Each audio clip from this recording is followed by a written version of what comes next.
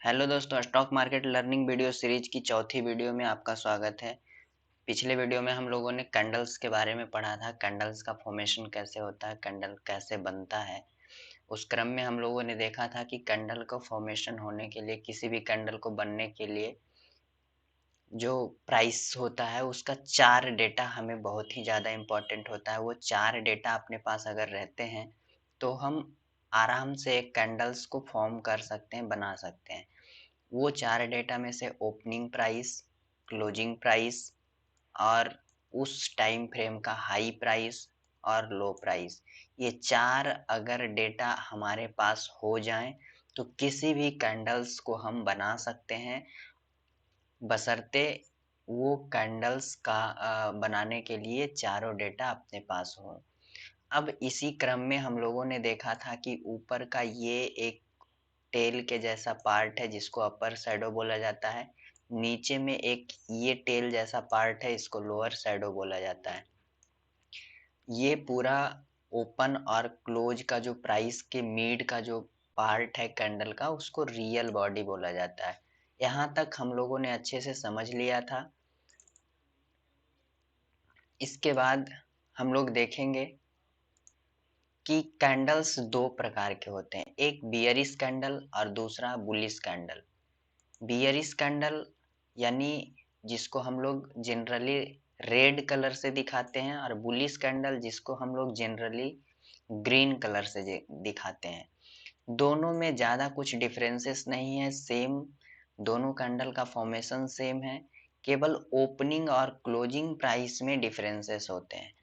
Opening price अगर नीचे होता है और क्लोजिंग प्राइस अगर ऊपर होता है तो ये कैंडल बुलिश कैंडल होता है, और ये जनरली ग्रीन कलर से दिखाया जाता है। यहाँ पे आप देख रहे हैं कि ओपनिंग प्राइस नीचे है, यहाँ से प्राइस ओपन होता है, एक लो लगाता है, लो लगाने के बाद फिर धीरे से ऊपर जाता है प्राइस, और ऊपर जाने के बाद थोड़ा सा नीचे आके यहाँ पे क्लोजिंग बता रहा है। तो इस तरीके का कैंडल का फॉर्मेशन होने के लिए, इस तरीके का कैंडल फॉर्म होने के लिए कुछ इस तरीके से दिखाया जाएगा। सेम अगर हम बियरिश कैंडल की बात करें तो बियरिश कैंडल में ओपनिंग प्राइस ऊपर हो रहा है और क्लोजिंग प्राइस नीचे आ रहा है।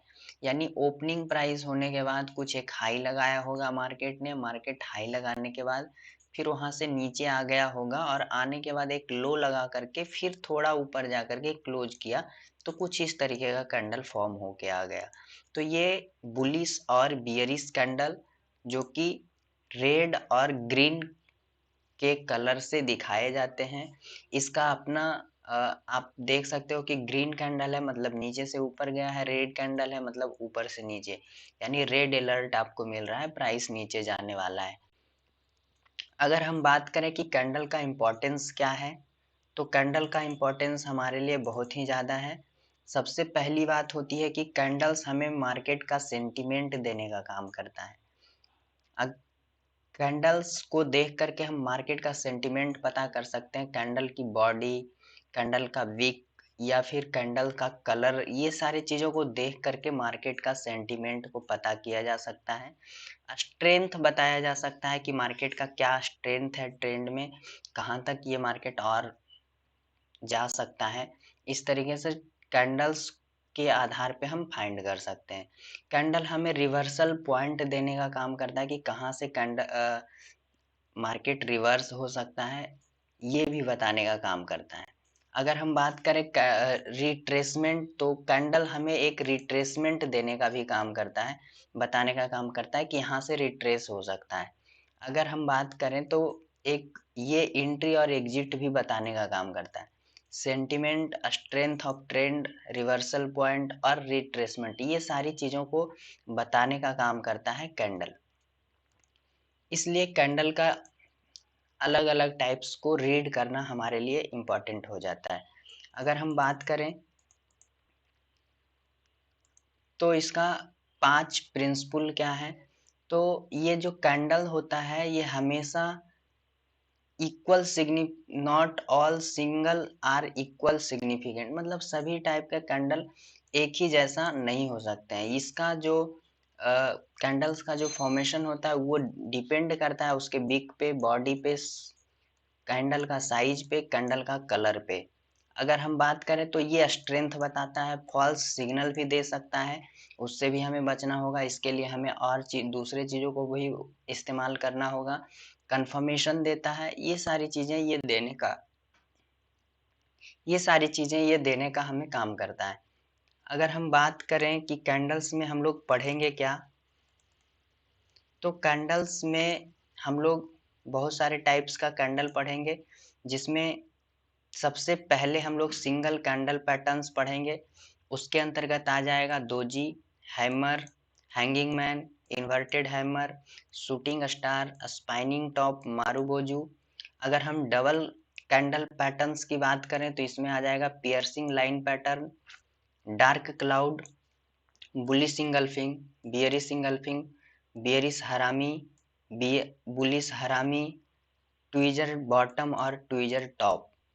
अगर हम ट्रिपल कैंडल पैटर्न्स की बात करें तो इसमें आपका आ जाएगा morning star, evening star, 3 inside up, 3 inside down, 3 outside up, 3 outside down. तो इस तरीके से हम 3 टाइप के कैंडल स्टिक पैटर्न पढ़ेंगे, जहाँ पे एक सिंगल कैंडल पैटर्न होगा, डबल कैंडल पैटर्न होगा और ट्रिपल कैंडल पैटर्न होगा। इसके अंतर्गत आने वाले सभी अलग अलग टाइप्स के कैंडल्स के बारे में भी एक एक करके हम जानेंगे और उसका उपयोग करना सीखेंगे कि कहाँ पे किसका उपयोग करना होता है, कहाँ पे उसे स्किप करना होता है। ये सारी चीज़ों को हम देखने का ट्राई करेंगे।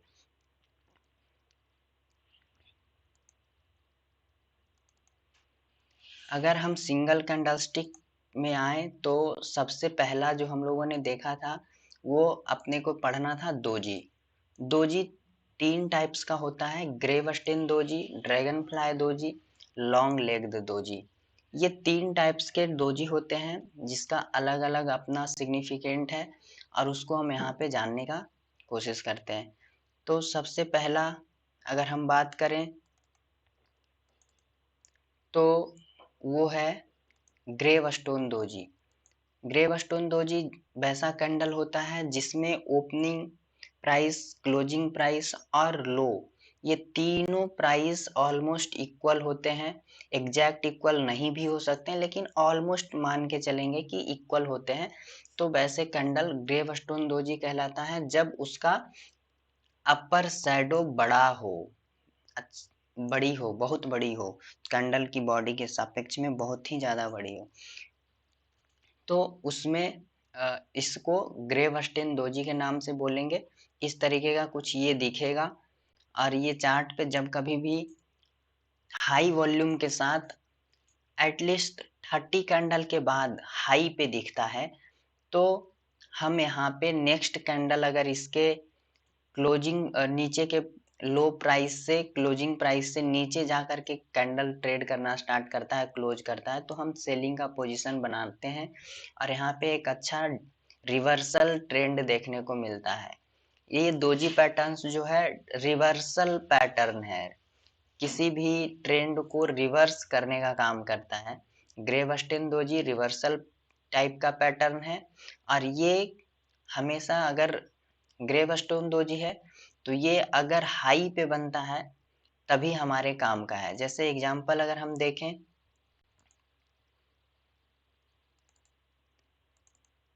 तो यहाँ पे आप देख सकते हो कि एक अच्छी खासी अप ट्रेंड हुई है और ऑलमोस्ट 30 कैंडल, पहले के 30 कैंडल के हाई पे ये एक कैंडल बना है और उसके बाद जैसे ही ये लो ब्रेक करा है फिर एक अच्छी खासी डाउन ट्रेंड आई है।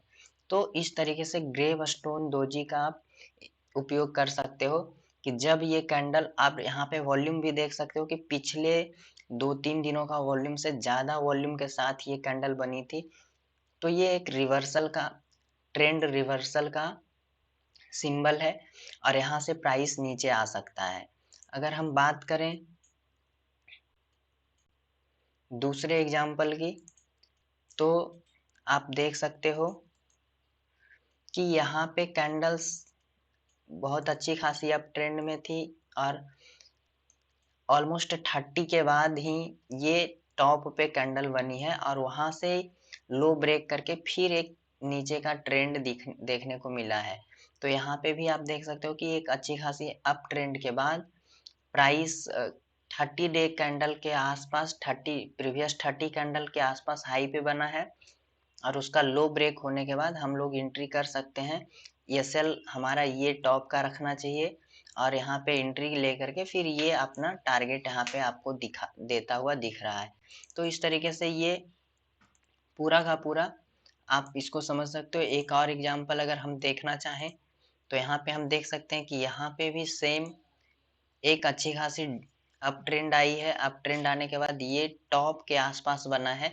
एग्जैक्ट टॉप आप नहीं कह सकते हो, लेकिन फिर भी ये रेजिस्टेंस एरिया या फिर आप टॉप भी कह सकते हो, टॉप के आसपास बना है।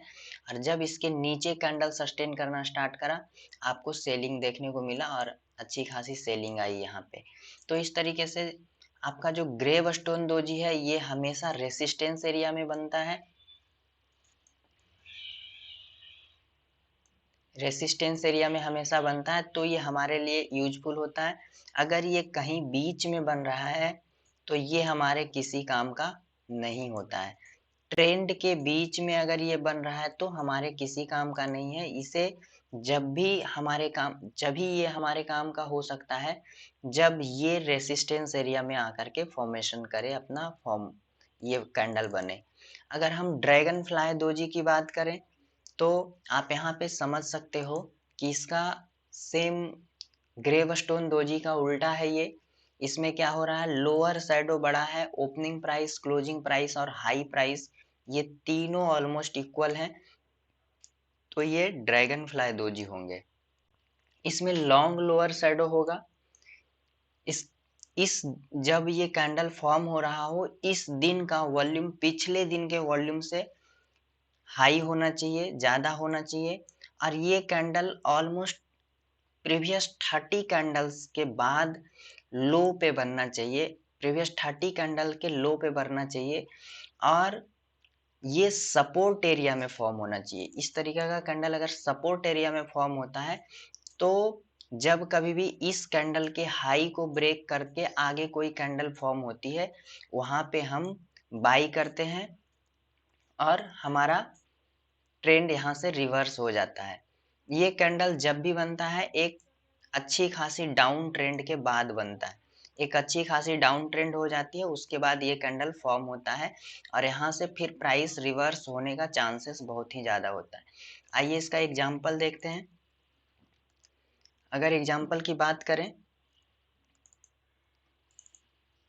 तो ये आप देख सकते हो कि एक अच्छी खासी डाउन ट्रेंड आई। डाउन ट्रेंड होने के बाद ये सपोर्ट एरिया के आसपास आप देख सकते हो कि यहाँ पे ये कैंडल का फॉर्मेशन होता है और फिर यहाँ से ट्रेंड रिवर्स हो जाता है। हमारी एंट्री इस कैंडल में होगी और एसएल इसके लो के नीचे का रखेंगे और हमारा ये ट्रेंड मिल जाता है। तो इस तरीके से हम लोगों ने देखा ग्रेवस्टोन दोजी और ड्रैगन फ्लाई दोजी, जिसका एग्जाम्पल के साथ हम लोगों ने देखने का ट्राई करा।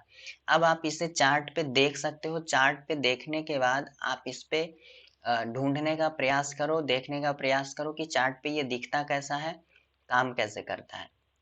अगले वीडियो में हम लोग लॉन्ग लेग दोजी की बात करेंगे और उसके बाद और आगे बढ़ेंगे। धन्यवाद।